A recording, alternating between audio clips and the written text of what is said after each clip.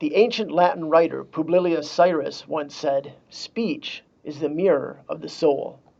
Hi, I'm Eric Flynn from Giffel, and today I'm going to teach you how to write a great speech.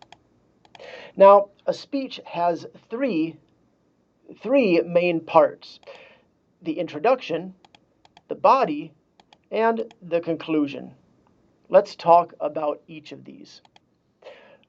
First, you'll write the introduction. Now, this is where you talk about who you are and what your speech will be about. Sometimes getting started is the hardest part, though, and you might feel like after writing your introduction, it's a little bit too short. Well, fortunately, there's a little trick that we can use to make your introduction a little bit more impressive. That is called a hook. Just like you might put a worm on a hook to catch a fish, in your speech hook, you're going to put a quotation, a quick story, some interesting information, or maybe a question to get your audience interested in your speech. The second part of the speech is the body. Now, this is where all of the main information is. It can also be the easiest part to write because you're just writing about what you know. If you have a hard time getting started, you can skip the introduction and start with the body, then write the introduction later. In our speeches, our body should have three main points of information. Other speeches might have more or fewer, but ours will have about three. A good thing to think about when writing your body are the W's: who, where, what, why, when, and how. That last one is an H, but I think you get the idea. Also, it's very important to give examples.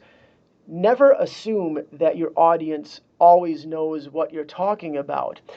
For example, if I tell you that Giffel is a language research center, you might not know what that means.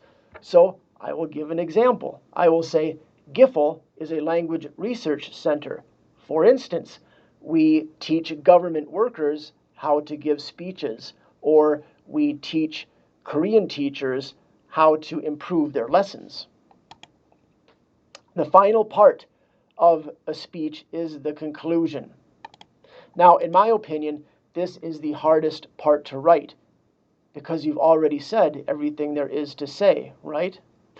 Well, what I like to do is in my conclusions, I tell the audience how my speech relates to their lives and why it is important. Also, it's a good idea to thank your audience for listening as well. Some words that can be helpful in your conclusion are, in conclusion, in closing, to sum up, and finally. And that's really all there is to it.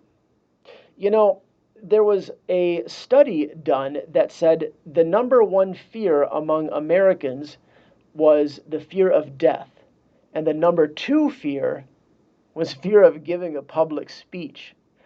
That might not be totally true information, but giving a speech can be a difficult and scary task. However, if you remember all of these steps, it can help you for writing speeches for any occasion. Thanks for your attention, and best of luck in your speeches.